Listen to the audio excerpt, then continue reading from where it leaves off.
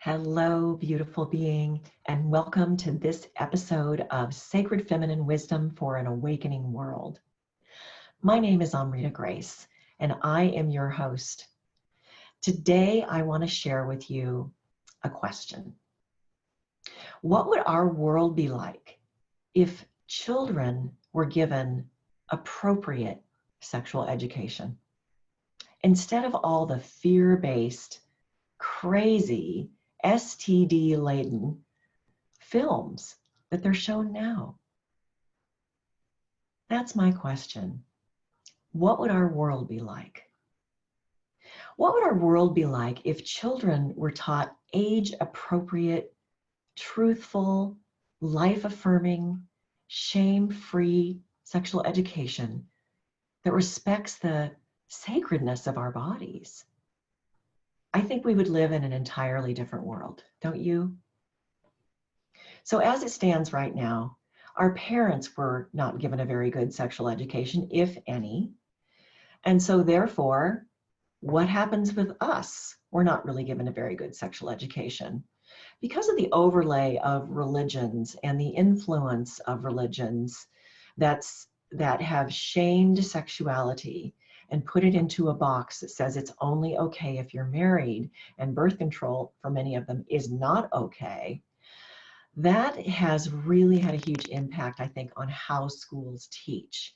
They teach abstinence as an ideal, which of course is pretty much ridiculous and not helpful. And they use fear-based, shaming, horrifying films. At least they did when I was a kid. I'm not quite sure how it is now, but I can't imagine it's improved all that much. And that's for the kids who actually do get that sexual education. So here's how it went for me. I think I was in 5th grade, if I remember correctly. And on the schoolyard, my best friend told me about sexual intercourse. I didn't believe her, actually. I think that's a lot of kids' initial reaction, because I was picturing my parents and my relatives and whatever and going, no way, that doesn't happen.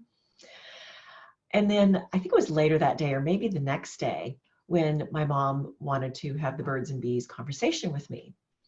And so here's how it went. We went into a room and closed the door, and she had the encyclopedia open to the word uterus. And that was her beginning. Now, the first question she asked me was, do you know anything about this? What we're about to talk about? And I said, mm-mm. Of course, there's no way I was gonna share what my friend had told me.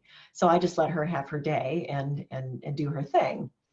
So as you can imagine, uterus was an okay starting place, but it really wasn't all that helpful.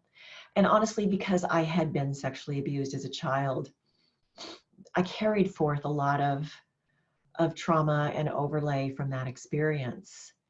And in fact, when I first received my menses at age, I think it was 12 or 13, I was afraid to tell my mom.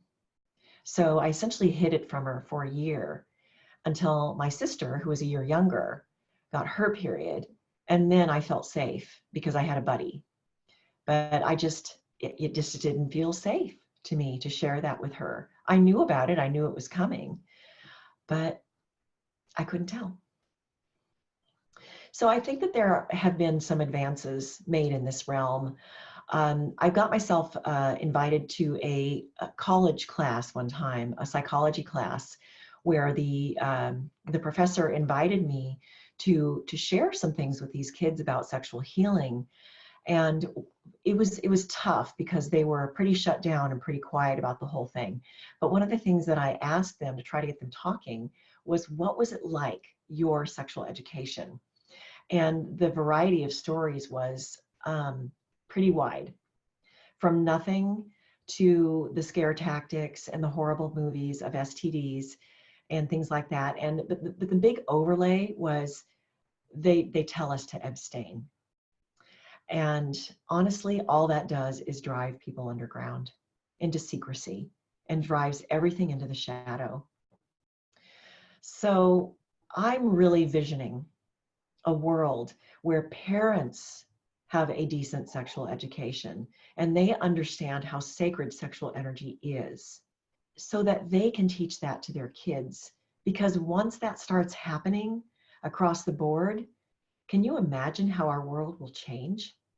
I certainly can and have imagined how our world will change once there is age appropriate sexual education. Because here's the education our kids are getting right now. They're getting the internet, they're getting movies and TV where full frontal nudity is it's all over the place. It's crazy how all over the place it is. When I was a kid, there was none of that, or very, very little, certainly not frontal. Where scenes of people having intercourse, or fake intercourse probably, are just rampant. And this is what our kids are exposed to. You can't keep them from it, especially with kids, little young kids having devices in their hands. It's amazing what they find, and what their friends share with them and show them is accessible online. You can't shut that stuff down. You can't protect your children from that. That's what it comes down to. So the sexual education that they're getting, essentially, think of teenage boys. It's probably porn. They're finding it somewhere, because how else are they going to answer those hormones that are rising and calling them to be sexual beings? And they've been taught that it's shameful and not okay, so it's driven underground. It's not acceptable, and they're going to find it anyway.